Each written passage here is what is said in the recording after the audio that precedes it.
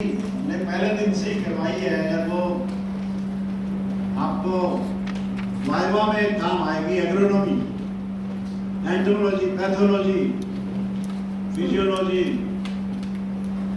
Soil science, ये इस तरह के, तो आप एग्रोनॉमिस्ट, क्योंकि अगर कोई किस्म निकलती है तो एग्रोनॉमी, अगर उसकी एग्रोनॉमी मतलब बुआई, खाद डलवाना, बिजाई करना, पानी और खरपतवार, यहाँ तक जैसे जवान करने तक का जिम्मा आपका है। गड़बड़ हो तो पूरा ब्रीडर के साथ जो सबसे अहम रोल है वो एग्रोनॉमिस्ट का रहता है। तो डॉक्टर साहब के टेन्योर में जितनी किस्मों के नाम आ रहे हैं कपास, वो सारे डॉक्टर साहब के टेन्योर के, बाकी बातें डॉक्टर साहब से वो भी कर देंगे। चूंकि मैंने as per syllabus last topic different department से थे, वो आपको परिचय करा दिया, मार्केटिंग का, एनिमल स्पेंडिंग का, कोऑपरेटिव का, मगर अब मैंने समसामयिक जानकारी चूंकि एकदम करीब आ गई, और इस बार कपास नरमे से कुछ लोगों का मोह भंग है।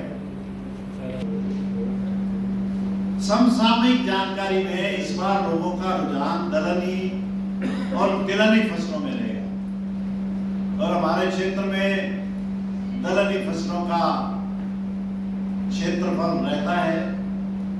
और उसी विषय पर मैंने डॉक्टर साहब को स्पेशल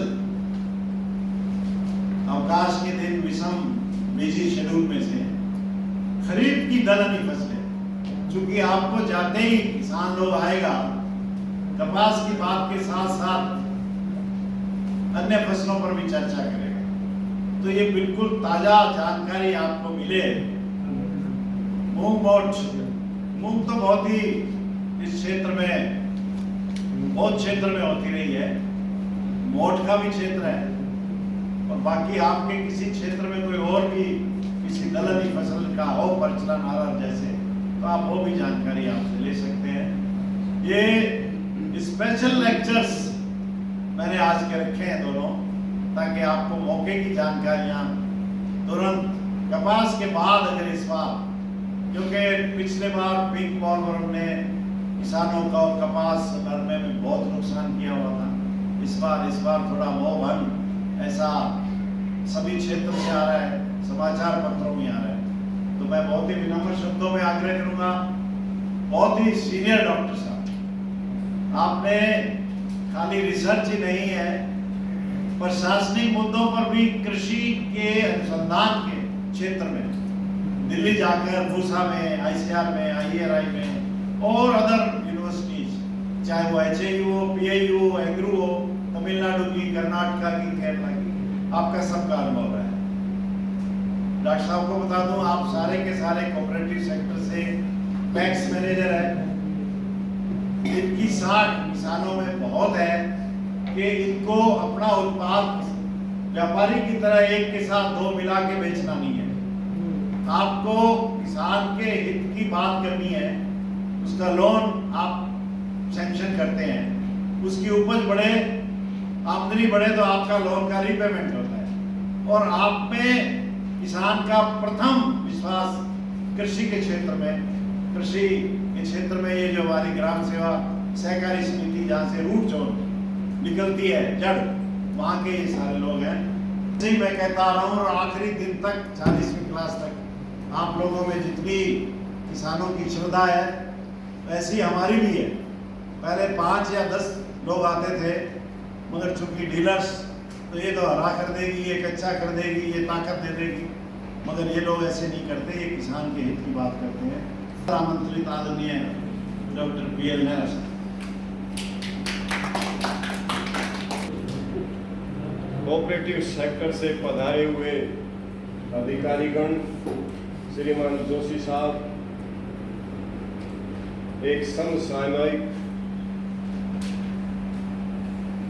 फसलों के बारे में आप लोगों तक ज्ञान देने के लिए जो जोशी जी ने कार्य किया है, तो रियली सराहनीय है।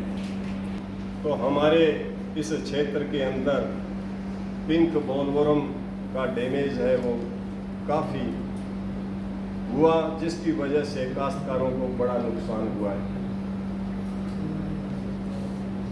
फसल विविधीकरण होना चाहिए।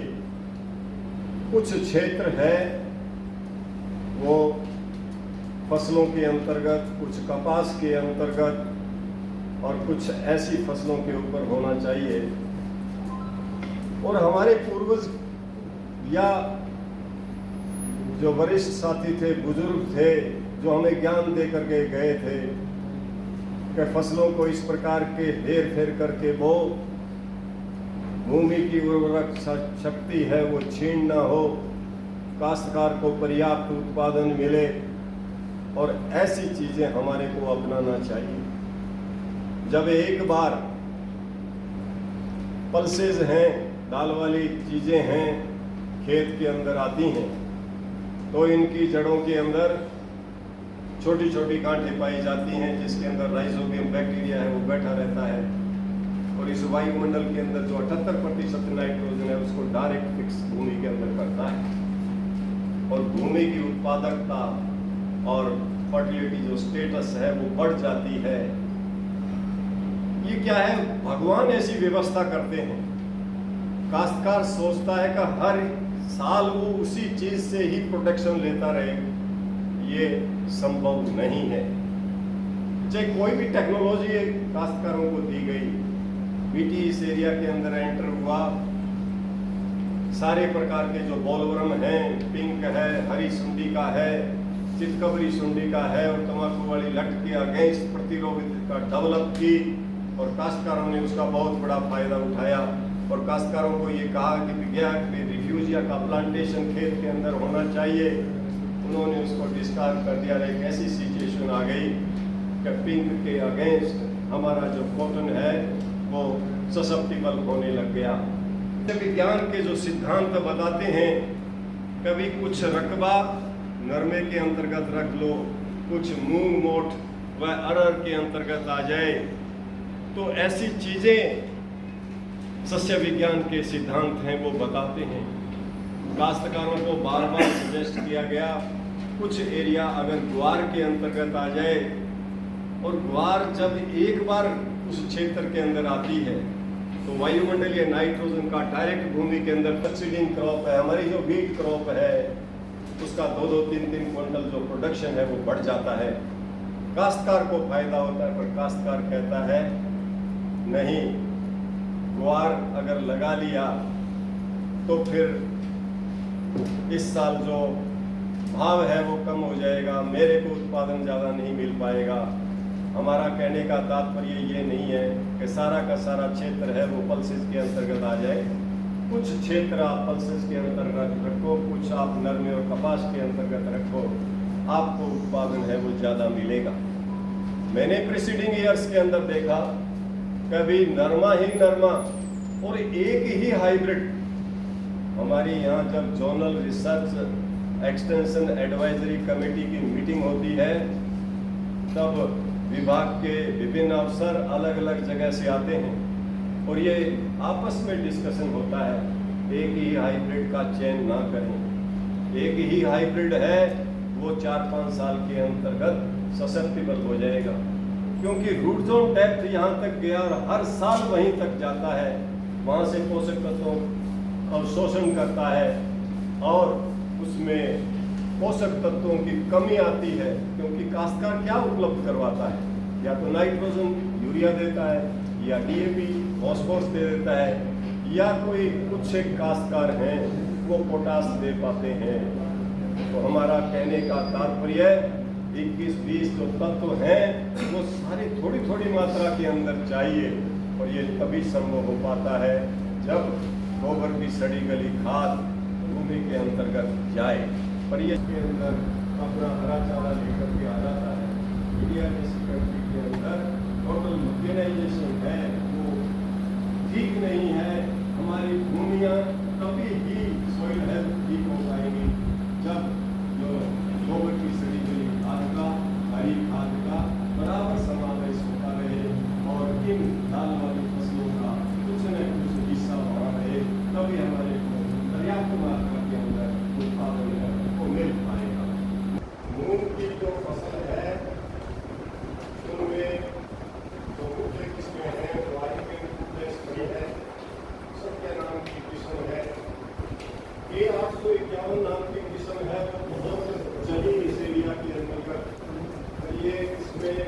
ज़्यादातर खुदानी में ही हम 2 आई अच्छा प्रोडक्शन इस एरिया के अंतर्गत किया। Culture Punjab agriculture university Ludhiana के द्वारा निकाली गई। SML का मतलब है समर मूंग लुधियाना, और बहुत ही अच्छी किस्म लगभग 70 दिन के अंदर पक करके तैयार होने वाली ये जो किस्म है वो खरीफ सीजन के लिए जुलाई के अंदर लगाओगे। लगभग 23 क्विंटल प्रति हेक्टेयर तक की पैदावार काश्तकारों ने रिपोर्ट की। प्रति हेक्टेयर तक की पैदावार है मिल जाती है। इसलिए इस फसल को आप, इस किस्म को आप चुनाव करके अपने क्षेत्र में लगा सकते हैं। गंगा एक अच्छी वैरायटी है, और अब जो किस्म चल रही है ज़्यादातर लोग बाग MH 421 को प्रेफर कर रहे हैं। यह किस्म भी 60 से 65 दिन के अंदर पक कर तैयार हो जाती है, और फलियां फटने की समय इसमें कम होती है, जिसको हम अन्य भाषा में कहते हैं कभी पॉड की जो सेटिंग है वो कम है। उचित प्रबंधन व अनुकूल परिस्थितियों में 12 क्विंटल प्रति हेक्टेयर तक की उपज है वो दे सकती है। बार जो फलियां बनती रहती हैं, और अपना जो रावला और गड़साना का जो क्षेत्र है वहाँ लोग बागों ने बम्पर प्रोडक्शन इससे लिया है। पर कई बार ऐसा देखा जाता है मौसम की विपरीत परिस्थितियों की वजह से, या येलो मोजेक वायरस जब आता है तो काश्तकारों को बड़ा नुकसान उठाना पड़ता है। इसलिए सिंपल इंसेक्टिसाइड को डाल करके और इंसेक्ट को कंट्रोल करके वायरस के प्रकोप से बचा जा सकता है, और हमारे को अच्छा उत्पादन मिल सकता है। चुनाव कैसे करें? मूंग के लिए गहरी जल निकास युक्त, ऐसा ना हो कि उसके अंदर प्रॉपर ड्रेनेज की व्यवस्था ना हो, और हल्की मिट्टी है वो अयुक्त रहती है। सॉइल है वो सेलाइन और एल्कलाइन नहीं होनी चाहिए। लवणीय और क्षारीय मृदाएं भूमि के उत्पादन को प्रभावित करती हैं। दिक्कत क्या होती है कि जब काश्तकार अपने एरिया के अंदर आप देख लें, जहाँ जहाँ ट्यूबवेल वाटर का प्रयोग करते हैं वहाँ दाल वाली फसलें नहीं होती हैं। इसलिए हमारे को कोशिश ये करनी चाहिए, कभी नहरी पानी अगर मिलेगा तो हमारे को जो दाल वाली फसलें हैं उनसे हम अधिक उत्पादन ले सकते हैं। आज आसपास के क्षेत्र के अंदर देखते हैं, अरे 2 पानी ग्वार के लिए चाहिए, ग्वार भी नहीं होता जहाँ ये अंडरग्राउंड वाटर को अगर काश्तकारों ने यूज, जिनकी EC या pH है वो ज़्यादा है। तो इन चीज़ों को ध्यान में रख करके हमारे को जो अंडरग्राउंड वाटर है उसको यूज करना चाहिए। और वर्ष में 1 या 2 बार ऐसा होता है डबल पानी आ जाता है, और कई बार पानी लगाना ही नहीं पड़ता, तो डिग्गी में डाल करके आगे टाइमली जो दलमे या कपास या गेहूं की बिजाई है वो हो सकती है। ऐसी योजनाओं को और ऐसे तौर तरीकों को अपनाते रहना चाहिए। इसके आसपास में कर सकते हैं, और जो इस टाइम जो हम करेंगे वो जुलाई का जो प्रथम पखवाड़ा है वो मूंग की बुआई के लिए सबसे उपयुक्त माना गया है।